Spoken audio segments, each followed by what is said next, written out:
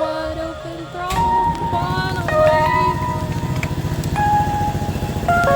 Woohoo!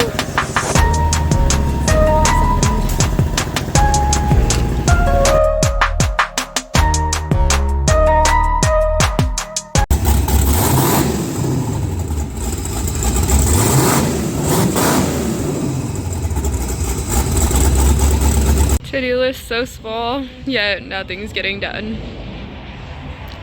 Line lock was ordered yesterday. Brake lines are over there.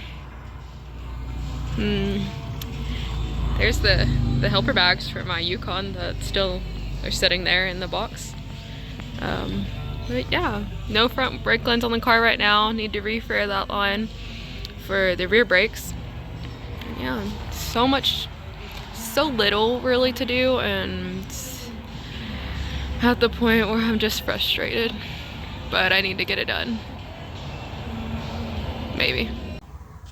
So y'all already know a little bit about what I'm doing with the car, and just I've been posting on Facebook, so a lot of y'all have been following me and have seen where the cars came from, what I'm doing, and how I'm improving. Wanted to go ahead and make a video and kind of touch base on the parts that are on the car and where exactly I'm going with that. It started out with me deciding I wanted to do my own thing and we're going to tear apart the car. I was going to start building it myself. Okay, not too bad, right? Well, we were going to go twin turbos with a carbureted engine, and then we're like, okay, the engine we had was too high of compression, so we needed a different engine. And I was like, okay, I'll throw the turbos on my little 355 small block that was in my brother's car at that point. I'll give him my old engine. We'll see what I can do. And that way, if I blow it up, it sucks, but it's not as big of a deal as it would have been if I blew up an engine that I just built and that I put a lot of money into. Well, before I could do that, Zane, my brother with his 69 Nova, went and fire slotted a piston and one of the heads on my little 355. And a little backstory, that 355 was the engine that could. That's the engine I started out with at 17. That engine means the world to me. It made all of 345 horsepower with a dead cylinder because we didn't realize there was a burnt spark plug. And it just amazed me at what it did. I put a 300 shot of nitrous to it and I never got a time slip with it, but it was rolling. There was a lot of people I was keeping up with that I shouldn't have been with that small of an engine. And then Zane, when they put it in his car, they put a little blower on top of it along with nitrous, and he got it in the 6s and the 8s. The 6s, a little 355 that wasn't even built for nitrous or boost. It used to pull trailers. It was in a truck. That poor engine it should have hated its life, but it loved it. And I will rebuild that engine. I want to take the internals out of that block and put it in another block and find some heads. I believe it had some World product heads on it. We'll find some other cheap heads to put on it and see what we can do. But for now, we're focused on what I'm doing with this, of course. And then my brother has my old 383 stroker that I love to death. Well, he had, I guess. He put a hole in a piston, but we plan to rebuild that too. The 406 had too high of compression to do the turbo build that we wanted, and then the 355 was blew up. He was like, okay, I'll pay for a short block. We'll go real big, real nice, but we'll keep it carbureted. I couldn't find it in me though to let him spend a lot of money on a carbureted build when I didn't know what I was doing with the turbos. I still don't necessarily know, but I'm a lot further than I was. And it's a lot easier to me, and from what I've seen, to find information out there for LS turbo builds. Not quite as easy for carbureted builds. So I was like, okay, you know, we already had the blow-through carburetor, we had the fuel pump, we had all that, and I was like, let's go back to the drawing board. So we went back to the drawing board, and I was like, LS. LS seems cool. Everybody's gone LS. LS with turbos. It's pretty common, but hey, if I can learn it, then I can eventually do other things, and I can potentially have a fast car for less money. I had a 4.8 sitting, a stock bottom end 4.8 sitting on the shelf. It was given to my little brother, and my little brother is nice enough to be like, you know what, I'm not doing anything with it right now, you take it. I know you'll do something with it, sister. I love Zane to death. I wouldn't be where I'm at in this build without him giving me that engine, so shout out to my little brother. So the 4.8. Then we put the 4.8 in and we're like, okay, stock bottom end. What can we do with the stock bottom end 4.8? I had already previously bought the turbos, and they are the S366s, the Bork Warners, that happen to be the exact same ones that Jack Roberts ran when he broke the record for the first time with his Fox, with his stock bottom end 4.8. So I was like, okay, I'm on the right path. I didn't know Jack then, but seemed like that was a good idea. So we got the 4.8, we pulled the oil pan off, we pulled the cam out, we put a BTR twin turbo cam in it, we put the muscle car low profile oil pan because it was not going to fit in my car with any other oil pan, and it's still barely clear. And then we went ahead and we put some stock lifters, but there's some other stock lifters. I hate that I don't know which ones those are, but we'll figure out along the way. I'm sure I'll have to put different ones in eventually. And we went with some Dart Replica heads with the 660 springs in them, the Texas Speed. I don't think those are going to survive either. I think I'll eventually need to upgrade springs, but they'll be good to start out for where I'm at. I did the trunnion delete kit on my rocker arms. I put some BTR stock length chromoly push rods in it because I had stock push rods and that probably just wasn't going to be a good idea. And then we got the SFI flywheel, that's a TCI, to go behind it, along with a nice converter. I got the converter spec'd by Pete Nichols. Shout out to Pete because I don't trust anyone else. Pete's good at what he does, and I really appreciate Pete for speccing that out. I mean, Jack can do it too, and they're great when they work together, and I appreciate them. I actually bought the converter through Jack before I knew him. Funny how that turned out. And then my dad was nice enough to buy me an FTI Glide with the SFI case. So excited for that. It's got the 169 first gear. I was really happy with that choice. But then we went to put my drive shaft in, and not only does this Glide have a roller tail shaft, so I had to swap U-joints, but my other drive shaft was too short. And my old drive shaft was built by Jimmy Blanton at Driveline Express before Jimmy passed away. Jimmy believed in me, and he built that drive shaft years ago, but he built it to hold up to 1,500 horsepower, so that was fine. I actually ended up just using one of the U-joints from that drive shaft and having to have it rebuilt, and his son Devin actually was the one who rebuilt it, at least though. Driveline has since sold after Jimmy passed, but Devin still works there, and Devin did me a huge favor by building that, so that way I knew there's still a piece of Jimmy going in the car. I have a 12-bolt Chevy rear end. It's got the car pumpkin and tubes, but the backing plates are off of a truck, so that's kind of our little narrowed rear end that's been in the car for a while. It's actually been in the car since I started. I swapped to a 10-bolt at one point because I had snapped an axle on my 12-bolt. It had some old Mosier 31 spline axles when I first started, and I just happened to catch it wrong one day and it snapped it. So after that we went with some strange 35 spline axles. My differential though does currently have 48 gears, which is not going to work for the turbo setup. We're going to put probably 410s in it and see how that does first. I've debated putting 373s so that way I can run a quarter mile if I make it to streetcar takeover at the beginning of next month. I'm not sure that's going to happen, but a girl can dream, right? I mean, that's really the goal. I want to run the Women in Wheels class, but if not this year, there's always next. All the piping from the cold side and the hot side both was done by Black Label Speed Shop.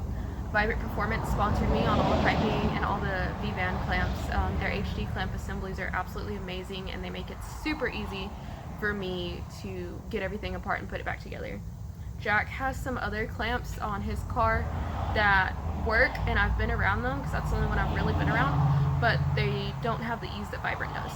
And I really just love Vibrant. Besides the fact that they help me out, I would be running their stuff either way. Lone Star Performance has helped me out a bunch. They have helped me out with my solid state relay for my trans brake. They've helped me get a vacuum block, my coolant overflow tank, all kinds of stuff. Sorry, there's a fly flying around me. Dang fly, I just hit it. But they have helped me a ginormous amount. They locate parts for me all the time and get what I can't get myself through Turn 14. And which, of course, along the way with this build, I have been thankful enough to become a dealer for Turn 14, and that wouldn't have happened without Vibrant. And I wouldn't have got my Vibrant sponsorship without Jeff from Black Label Speed Shop pushing me and helping me along the way.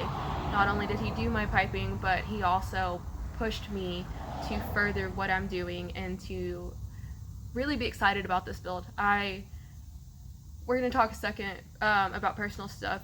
Mental health is real, and I really hit a low spot. This last year has been rough, but people like Jeff are the reason why I made it through. Jeff and my dad. My dad's he is my biggest supporter, and I wouldn't be where I'm at without him. But Jeff made sure to text me and, hey, is the car ready? Have you done stuff for the car to be able to get it over here?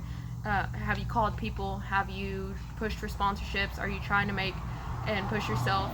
I actually have a funny to-do list taped on the side of my car on the door, and I'll have to show y'all that in a little bit.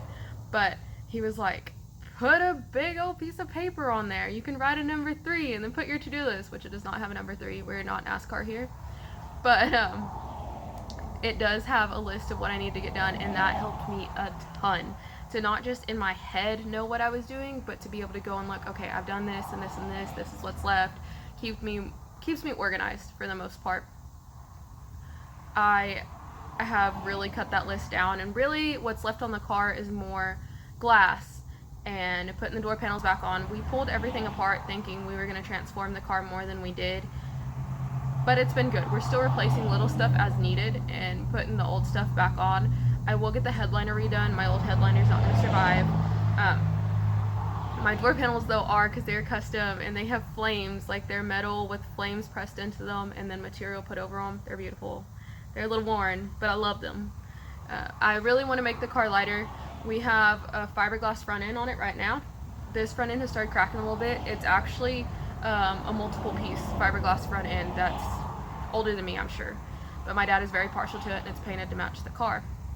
I do have a metal front end though, and I was kind of curious to see y'all's opinion on whether I should go back with this front end, buy a one-piece fiberglass front end, or put the metal front end back on it and see how it is weight-wise. I'm trying to keep the car at 3,000 pounds or lower. It was right over 3,000 with me in it before. It doesn't have a back seat.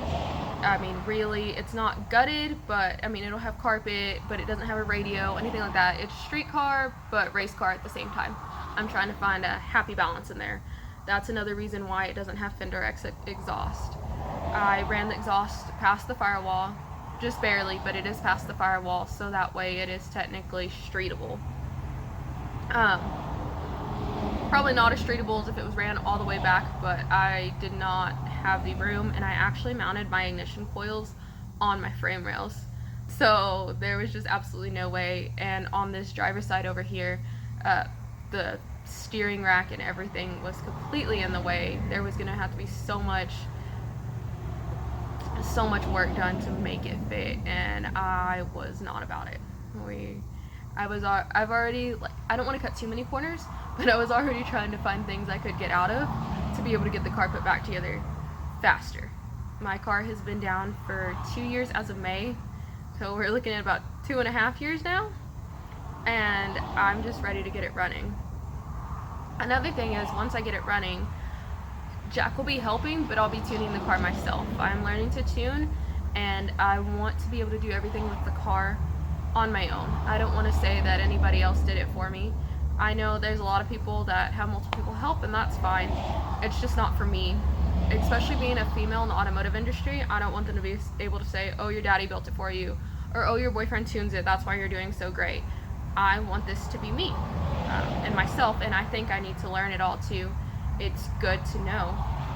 And I would eventually like to be able to do work on other cars. That's why my business name is AZR Performance, Lexus Zerati Racing Performance. So I can continue to grow and continue to do what I love. The automotive industry is definitely where I need to be, and this shop is our everyday automotive shop. I am lucky enough to run this business with my dad. I'm very blessed to have that. And I love, as much as I love it, and I love running the office, and I'll do some everyday automotive stuff, which I can do, I'm just not as enthused about it as performance stuff. So I would really love to learn to tune and to do LS swaps for people. I have much better idea of what I'm doing now than I did before. And I've also had the help of my dad and Jack and a bunch of other people. I can't begin to name everyone that's helped me. I've been truly blessed through this process, and I want to be able to use what I learned and the people that have believed in me to help others and to be able to do builds right for people that need it. I know there's sometimes people take their cars places and it just doesn't turn out to be what it needs to be, and I don't want that to be the case with me. I want people to be able to come in and say, hey, this is what I want, and I can give that to them. It might cost, but I can give that to them. I'm really excited for this, and I'm really thankful I've been able to do this build. It wouldn't be possible without my dad giving me this car and without him buying it at 17 and being who he is. So he is the reason why all of this is able to happen, and I love him to death. It's also a lot easier doing this when it's a family thing. It's one thing to have a passion, it's another to do it with your family, and my dad and my brother are everything to me, and my kids are learning to love it too, so that's super exciting to see them want to be involved with it also. But I appreciate y'all watching. Thank you.